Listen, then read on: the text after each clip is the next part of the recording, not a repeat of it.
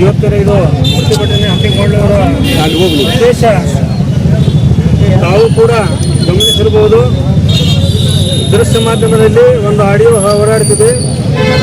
ಅದು ಈ ಹಿಂದೆ ಜಿಲ್ಲಾ ಉಸ್ತುವಾರಿ ಸಚಿವರಾದಂಥ ಆರ್.ಬಿ. ತಿಮ್ಮಾಪುರ ಹಾಗೂ ಬಾಗಲಕೋಟೆ ಜಿಲ್ಲಾ ಕಾಂಗ್ರೆಸ್ ಅಧ್ಯಕ್ಷರಾದಂಥ ಶ್ರೀ ನಂಜನಮಠ ನಡುವೆ ಒಂದು ಸಂಭಾಷಣೆ ನಡೆದಿದೆ. ಅದು ಮಾಧ್ಯಮದಲ್ಲಿ ಹರಿದಾಡ್ತಾ ಇದೆ. ನಾವು ಒಂದು ಆಸೆ ಇಟ್ಟಿದ್ವಿ, ಏನು ಒಬ್ಬ ಯುವ ರಾಜಕಾರಣಿ ಕಳೆದ 50 ವರ್ಷಗಳಿಂದ ಕಾಂಗ್ರೆಸ್ ಪಕ್ಷದ ಕಟ್ಟಾಳು ಡಾಕ್ಟರ್ ವಿಜಯ್ ಕಾಶಪ್ಪನವ್ರ ಸಾಹೇಬರು ಸಚಿವರಾಗಿ ಬಂದಾಗ ಈ ಉಭಯ ನಾಯಕರು ಬಂದು ಅವರಿಗೆ ಮಾರ್ಗದರ್ಶನ ಮಾಡಿ ತನ್ನ ಅನುಭವದ ಧಾರೆಯನ್ನು ಎಳೆದು ಈ ಕ್ಷೇತ್ರವನ್ನು ಮತ್ತಷ್ಟು ಅಭಿವೃದ್ಧಿಪಡಿಸುವ ದಿಕ್ಕಿನಲ್ಲಿ ಅವರಿಗೆ ಮಾರ್ಗದರ್ಶನ ಸೂಚನೆ ಮಾಡ್ತಾರೆ ಅಂತ ನಾವು ತಿಳ್ಕೊಂಡಿದ್ದೀವಿ. ಆದರೆ ಅದರ ದುರದೃಷ್ಟವಶಾತ್ ಅವರು ಇಬ್ಬರು ಏನೋ ಒಂದು ಇದಕ್ಕೆ ಈಡಾಗಿ ಅತ್ಯಂತ ಕೀಳು ಮಟ್ಟದ ಒಂದು ವಿಚಾರಕ್ಕೆ ಅವರು ಎಳೆದಿದ್ದಾರೆ. ಇದಕ್ಕೆ ತಾನೇ ನಮ್ಮ ಹಿರಿಯರು ಹೇಳಿದ ಹಾಗೆ ಅಂಥ ಪ್ರಬುದ್ಧ ನಾಯಕರಿಂದ ಇಂಥ ಕೀಳು ಮಟ್ಟದ ವಿಚಾರ ಯಾರೂ ಎಕ್ಸ್ಪೆಕ್ಟ್ ಮಾಡೋಂಗಿಲ್ಲ.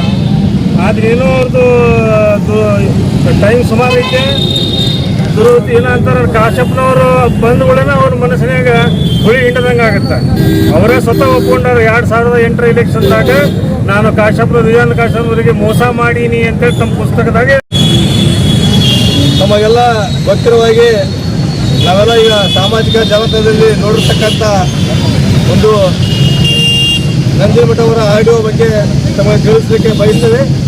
ಇವತ್ತು ಜಿಲ್ಲಾಧ್ಯಕ್ಷರಾಗಿರ್ತಕ್ಕಂಥ ನಂಜನಮಠ ಅವರು ಕಾಂಗ್ರೆಸ್ ಪಕ್ಷದಲ್ಲಿ ಅಧಿಕಾರವನ್ನು ಅನುಭವಿಸಿ ಜಿಲ್ಲಾ ಅಧ್ಯಕ್ಷರಾಗಿ ಹಲವಾರು ಹುದ್ದೆಗಳನ್ನು ಅನುಭವಿಸಿರ್ತಕ್ಕಂಥ ನಂಜನಮಠ ಅವರು ಮತ್ತು ಮಾಜಿ ಸಚಿವರಾಗಿರ್ತಕ್ಕಂಥ ಆರ್.ಬಿ. ತಿಮ್ಮಾಪುರ ಅವರ ಒಂದು ಫೋನಿನ ಆಡಿಯೋದಲ್ಲಿ ಕೇಳಿರ್ತಕ್ಕಂಥ ವಿಷಯಗಳು ತಮಗೆಲ್ಲರಿಗೂ ಗೊತ್ತಿದೆ.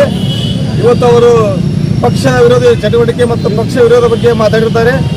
ಅದಲ್ಲದೆ ಇವತ್ತು ನಮ್ಮ ಆಡಿಯೋ ರಿಲೀಸ್ ಆಗಿದೆ.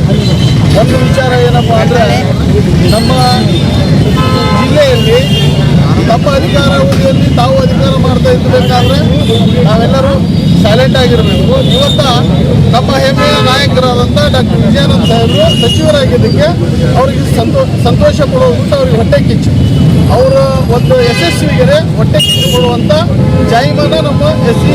ನಂಜನಮಠ ಅವರು. ಯಾಕಂದರೆ ಇವತ್ತಿಂದಲ್ಲ ನಂಜನಮಠ ಅವರು ನಮ್ಮ ವಿಜಯಾನಂದ ಕಾಶಪ್ಪನವರ ಮೇಲೆ ತಮ್ಮ ಒಂದು ಕೆಟ್ಟ ವಿಚಾರವನ್ನು ಇಟ್ಕೊಂಡಿರೋರು. ಈಗಾಗಲೇ ಹಲವಾರು ಬಾರಿ ಈ ವಿಚಾರವನ್ನು ಅವರು ವ್ಯಕ್ತಪಡಿಸಿದ್ದಾರೆ. ತಾವೇ ಬರೆದಂಥ ಒಂದು ಪುಸ್ತಕದಲ್ಲಿ ಕೂಡ ನಾನು ವಿಜಯಾನಂದ ಅವರಿಗೆ ಮೋಸ ಮಾಡಿದ್ದೀನಿ ಅನ್ನೋ ಒಂದು ವಿಚಾರವನ್ನು ಅವರು ವ್ಯಕ್ತಪಡಿಸಿದ್ದಾರೆ. ಇಂಥ ಕೀಳು ವಿಚಾರವನ್ನು ಇಟ್ಟುಕೊಂಡವರು ನಮ್ಮ ಕಾಂಗ್ರೆಸ್ ಪಕ್ಷದಲ್ಲಿ ಇರಬಾರ್ದು.